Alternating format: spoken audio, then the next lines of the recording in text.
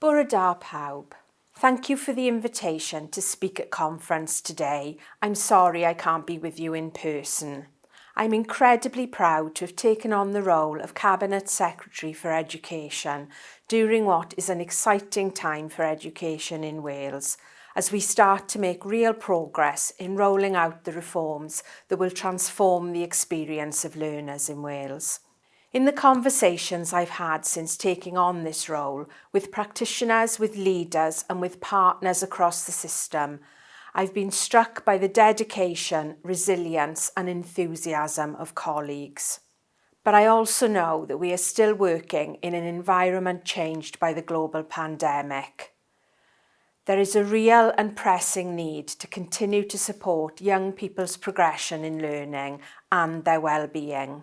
As we continue our rollout of the curriculum for Wales, I want to ensure that the school experience is the best it can be for every young person in Wales, providing more purposeful learning, more engaging experiences and more learner-focused provision. My mission is to support schools and practitioners to make that happen. Objective, critical and pluralistic education in religion, values and ethics provides a unique contribution to realising that vision and to preparing learners to become ethical, informed citizens of Wales and the world. The contribution of WASACREs, and indeed of all those supporting the delivery of RVE in the curriculum, is crucial to this.